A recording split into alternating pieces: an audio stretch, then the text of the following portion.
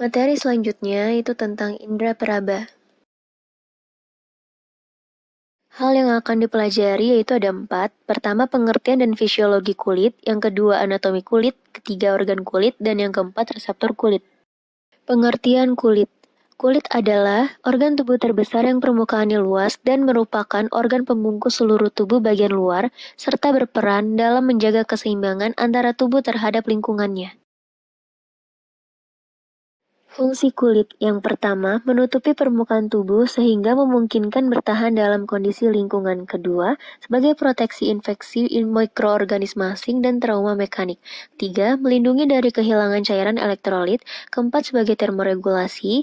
Kelima, sebagai sensasi atau peka rangsang raba, suhu, dan nyeri. Yang keenam, absorpsi radiasi sinar UV untuk sintesis vitamin D. Dan yang terakhir, ekskresi kelenjar keringat. Anatomi kulit, seperti pada gambar di samping, secara garis besar kulit tersusun atas 3 lapisan utama, yaitu epidermis, dermis, dan hipodermis. Lapisan epidermis. Dalam lapisan epidermis ini terdiri atas beberapa stratum. Yang pertama yaitu stratum corneum atau lapisan tanduk. Adalah lapisan kulit terluar yang terdiri atas beberapa sel gepeng yang mati, tidak berinti dan protoplasmanya telah berubah menjadi keratin atau zat tanduk.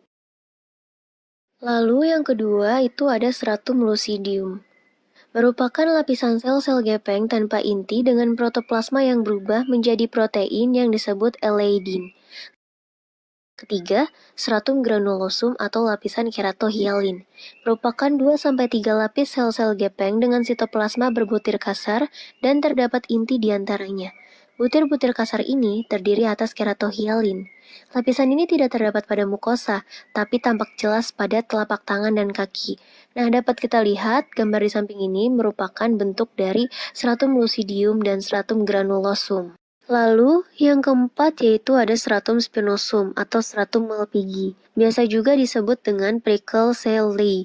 Terdiri atas beberapa lapis sel berbentuk poligonal yang besarnya berbeda-beda karena proses mitosis. Nah, pada stratum ini protoplasmanya jernih karena banyak mengandung glikogen. Dan di antara sel-selnya terdapat jembatan antar sel. Perlekatan antara jembatan-jembatan ini membentuk penebalan bulat kecil yang disebut nodulus bizozero. Lalu stratum yang terakhir itu stratum basal, merupakan lapisan sel berbentuk kubus yang tersusun secara vertikal.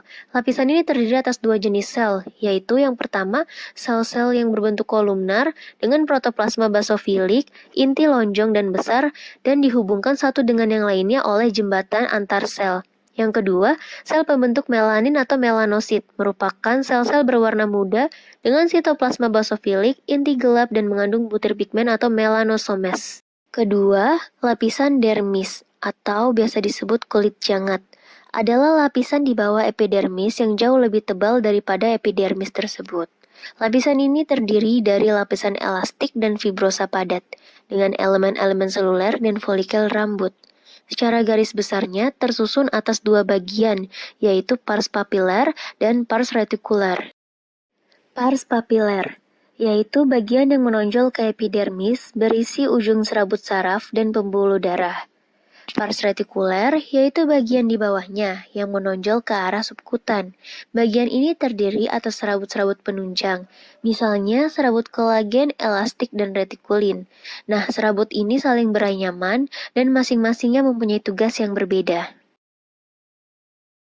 Nah, lapisan yang terakhir itu lapisan hipodermis atau biasa disebut lapisan subkutan. Terdiri dari kumpulan sel-sel lemak dan diantaranya gerombolan ini berjalan serabut-serabut jaringan ikat dermis. Sel-sel lemak ini bentuknya bulat dengan inti terdesak ke pinggir, sehingga membentuk seperti cincin. Lapisan lemak ini disebut peniculus adiposus, yang tebalnya tidak sama pada tiap-tiap tempatnya. Lalu materi berikutnya itu ada organ pada kulit, yaitu kelenjar keringat, kelenjar palit, dan rambut. Kelenjar keringat atau glandula sudorifera kelenjar keringat ini terletak pada dermis yang terbuka pada permukaan kulit dan melepaskan air serta sisa-sisa metabolisme tubuh. Nah, kelenjar keringat ini dibagi menjadi dua, yaitu kelenjar ekrin dan apokrin. Pertama, kelenjar ekrin. Terletak dangkal di dermis, menghasilkan sekret encer, terbentuk sempurna pada 28 minggu kehamilan dan berfungsi 40 minggu setelah kelahiran. Saluran kelenjar ekrin ini berbentuk spiral. Kelenjar ini banyak terdapat di seluruh permukaan telapak tangan, telapak kaki, dahi, dan aksila. Sekresi kelenjar ekrin ini dipengaruhi oleh saraf kolinergik, faktor panas, dan stres emosional. Lalu yang kedua itu ada kelenjar apokrin. Kelenjar ini dianggap sebagai kelenjar yang menyebabkan bau, dipengaruhi oleh saraf adrenergik. Nah, kelenjar apokrin ini terdapat di aksila, areola mamae, pubis, labia minora, dan saluran telinga luar. Lalu berikutnya ada kelenjar palit atau glandula sebacea. Kelenjar palit ini terletak di seluruh permukaan kulit manusia kecuali di telapak tangan dan kaki. Kelenjar palit ini biasa disebut juga dengan kelenjar holokrin karena tidak berlumen. Sekret dari kelenjar ini berasal dari dekomposisi sel-sel kelenjar atau berupa sebum. Nah, kelenjar palit ini biasanya terdapat di samping akar rambut dan muaranya terdapat pada lumen akar rambut atau biasa disebut folikel rambut. Sekresi dari kelenjar palit ini dipengaruhi oleh hormon androgen. Berikutnya yang terakhir adalah rambut. Rambut terdiri atas akar rambut dan batang rambut. Nah, si akar rambut ini tertanam dalam-dalam di dermis. Ada dua jenis tipe rambut, yaitu rambut halus tidak berpigmen yang terdapat pada bayi disebut lanugo, dan rambut kasar berpigmen mempunyai medula yang terdapat pada orang dewasa. Ada juga bagian kulit yang tidak memiliki rambut, ini biasa disebut dengan glabrous. Reseptor kulit. Si reseptor kulit ini terdiri dari korpus-korpus pada lapisan epidermis dan dermis yang dapat merasakan berbagai rangsangan. Itu ada 6. Yang pertama, ujung saraf bebas, terletak pada lapisan epidermis, merupakan reseptor yang peka terhadap rasa nyeri, sakit, panas, dan dingin. Si ujung saraf bebas ini paling banyak jumlahnya, ada 200 reseptor per 1 cm perseginya. Kedua, diskus Merkel, terletak pada lapisan epidermis juga, sama seperti ujung saraf bebas. Merupakan reseptor yang peka terhadap sentuhan, tekanan ringan, dan rasa nyeri atau sakit. Ketiga, itu ada korpus Pacini, merupakan reseptor yang peka terhadap tekanan kuat di dalam kulit. Terdapat 4 reseptor setiap 1 cm perseginya. Keempat, korpus Ruffini, merupakan reseptor yang peka terhadap panas. Nah, si korpus ini terdapat di kulit berambut dan tidak berambut. Lalu yang kelima ini ada korpus Krauss, merupakan reseptor yang peka terhadap dingin.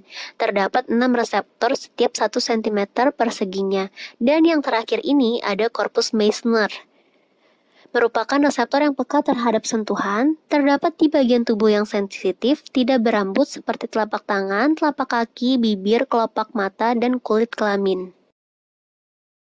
Nah, pada gambar bagian terakhir ini, kita dapat melihat seperti apa sih bentuk detail dari korpus-korpus pada reseptor kulit.